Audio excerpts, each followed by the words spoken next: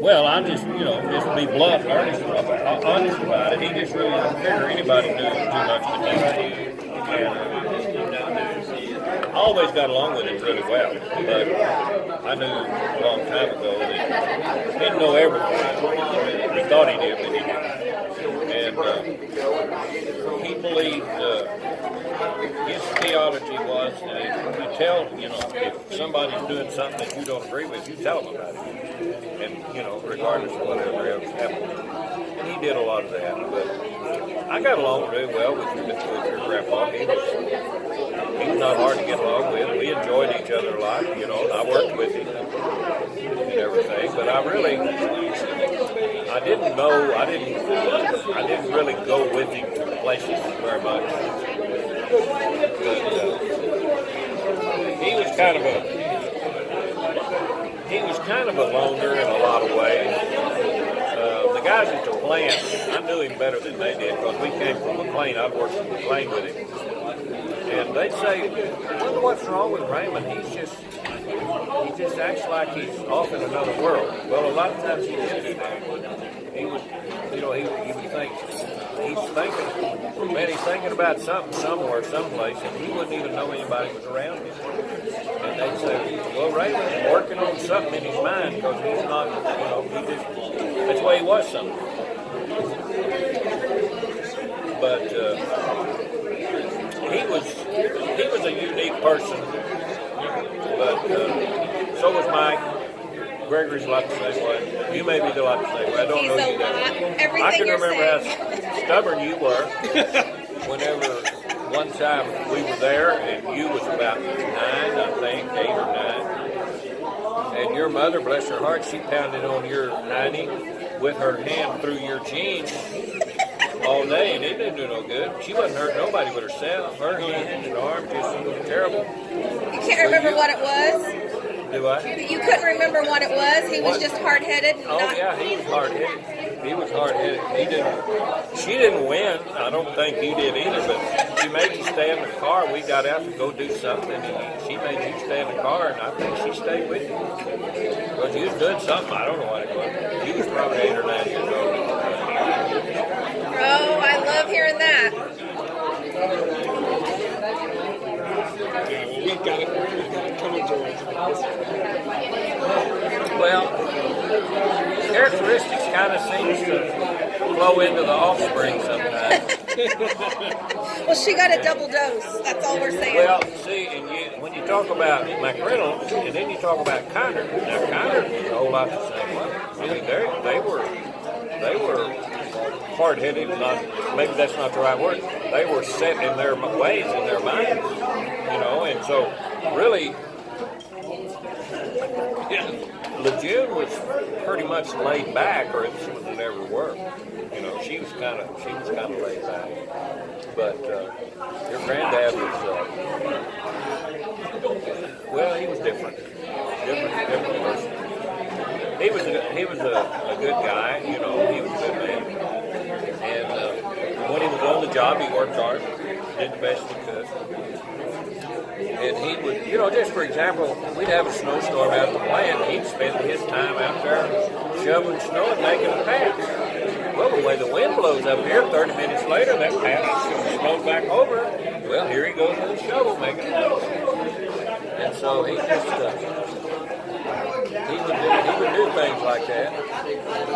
Well, most people would. Now, you weren't there the night that he had the heart attack, right? No, I wasn't there. I was home. I talked to the boys that was there, and that was one of those nights, and I don't know if anybody's ever told you or not, but that was one of those nights. They had been in McLean working on a house. LeJune and him were going to move back to McLean with her dream. It was never raining. He went down and they bought this old house, and they'd go down and repair a little bit on it from time to time. Because Burette was still living, and he was down there. And Raymond was, what year did he die? 80? So he was born in like he was 4 years older than Jude, so he was born like 1918 or 1919, so he wasn't real old. He wasn't old enough to retire yet. But her dream was they're going to fix his house up down there. They're going to move back there. Of course, Gregory come along and kind of threw a monkey wrench in the whole thing because he was in school here and liked it here, and so they were down there working on that house that day. No snow down there at all, and they headed for home. He was on morning time. He was supposed to go to work at 11. So they headed home, and they ran into the snow up here somewhere close to home. Well, he got stuck while he was in Oregon trying to get around, to get back home and all that. I guess he may have had Burnell with him, taking her home or whatever. But anyway, he had to shovel a little bit of snow and stuff before he ever went to the plant. Well, he gets home, and the phone's ringing, and they're wanting him to come at 7 instead of 11. They do that sometimes when there was bad working conditions. So he gets around then and starts getting ready to go to work. Of course, he don't have any time to rest or anything because they've been down there all day. And so he takes his Jeep and heads off to the plant.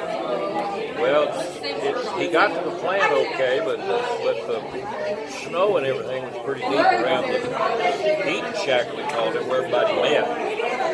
Well, there was an extra engine operator there and an extra process operator, or the process operator that was on shift, and there was an extra engine operator, and he would have been the extra process operator. So there was 4 there instead of 2. So he stopped his Jeep out the side of the fence and walked into the coffee shack, as we call it, and he sat down and drank a cup of coffee. We always had a coffee pot in there. He drank a cup of coffee. And from what the boys said, I guess he was really kind of he didn't talk to nobody. You could tell there was something, he had something on his mind. Of course, you never know whatever.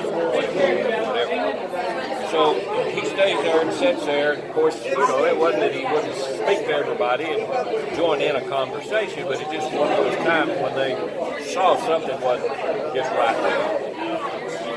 So he sat there and drank a cup of coffee, and he said, well, I'm going to go hook the tractor on. I believe he'd already hooked the tractor onto his Jeep, because then he kind of got stuck. Pulled it down to the warehouse, and he had walked back up to where they were, and sat there for a little bit, and he said, well, I'm going to go put my tractor, my Jeep in the warehouse to get down the snow. Kind of holding your eyes kind of. So the 2 engine operators, just telling the warehouse that he was walking to was straight west. And so these 2 engine operators, when he got up and went out the door to walk straight west, they got up to make a round through the engine area that they were taking care of to be sure everything's okay. So they were walking to the southwest, like this way away from him, Raymond's going straight. So they're watching him, which tells me that they really thought something was wrong. Something was going on. Because they were watching him. So he went down and he had unhooked this tractor, had this pulling thing. He just in fact his Jeep had one on it. Let it down and hooked onto it. So he bent over to unhook that, and he fell across the tunnel of that apparatus. They saw him fall, so they ran and grabbed him. This one boy was a big, strong Indian boy, and the other was kind of frail, but he was strong enough. So they just picked him up and carried him into the warehouse, which was right there, put him on the floor, and went to do a resuscitation. And so they immediately got a hold of the operator, called him, and said, we need an ambulance. Something's happened to Raymond.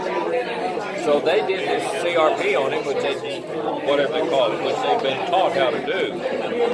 But according to them, he never showed any sign of life at all. Just none. Just that way. He was dead when he fell across it. Well, the doctor said he had a heart attack, and if they'd have had the shocking apparatus to know how to operate it, said every place ought to have one. They'd probably got his heart started back. Well, of course, we didn't have things like that. So they called the ambulance, and it took, I don't know how long to get the ambulance there because it was snowing. He was already gone. So the bosses got there then about just after the ambulance did. And the ambulance had been there long enough. The assistant superintendent told me that as they pulled around the corner to come down there, they turned their lights off, flashing lights. And he said he knew then he was gone. So they called the June in and told her he was sick and they're taking him to the hospital. So she got up and went to the hospital. And I can't remember if I went that night or not. It seemed like I probably did. But it was, snow, but we could get around a little bit. And so I always thought that, it was just exactly like the past. Same thing. See, I told Gregory after that happened, I said, you need, and I'll tell you, you are the grandson and the son, you need to be sure and keep your physical business to where you know that you're not got a heart problem. My guess is, and I don't know this, but my guess is that Raymond may have been having some chest pains or some things a little bit along for a long time and not say nothing to nobody. See, he'd already gone through that cancer treatment thing when he was a lot younger. And he just kind of struggled with that. Diet was kind of a thing that he had to watch. He couldn't eat some things because of the bag he had on his side and all that kind of stuff. What was the cancer? Bladder cancer. He had bladder cancer. I don't know what year that would have been, but it was long before Gregory was ever born. I say long before, sometime before, I guess. Gregory was born, that he had the bladder cancer. Of course, Raymond smoked in those days, and they said, you got to quit smoking. And boy, he thought that for a long time. He'd sneak around and smoke a little bit. Of course, the Jew never knew it, but he'd slip around and smoke a little bit, but he did finally quit.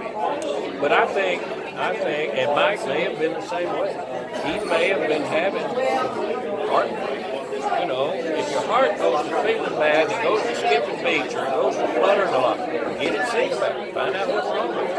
And I don't know that this happened to him, but I just sense that he may have known something. And so, it's kind of like a friend of mine out here, Mark Bell. He went to bed one night, went to sleep, folded his arms over his chest like he slept every night, went to sleep. His wife got up the next morning, went downstairs, made the coffee, carried him a cup of coffee just like she'd always done. And he had died in the middle of the night. Well, they talked to the guys he'd been working with a little bit, work cattle and all that kind of stuff all the time. They said, well, they can tell he's really slowed down a lot.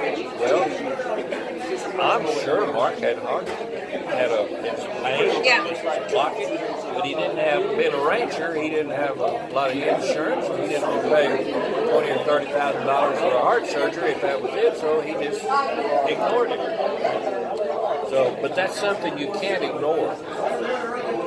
And they can do so many things anymore. See, Beverly, my first wife, she had 2 coronary bypass surgeries in 10 years apart. I don't know how many stents she had put in. And they kept her heart going, and she inherited that on both sides of her family. Her mother and her dad both. The dual male. Yeah. So that's something you want to keep telling. I'm on. He went down a baseline. We know. That was 10 years ago. Well, and I'm on cholesterol and high blood pressure. It doesn't seem to be, heart trouble doesn't seem to be in my kids' family. Like my daughters, all of them don't seem to have it. But Beverly's generation, I don't know how many first cousins she lost on both sides of the house with heart attacks at a young age. Not like film. No! That's an Aubrey thing. Aubrey does not like to be filmed or photographed or anything.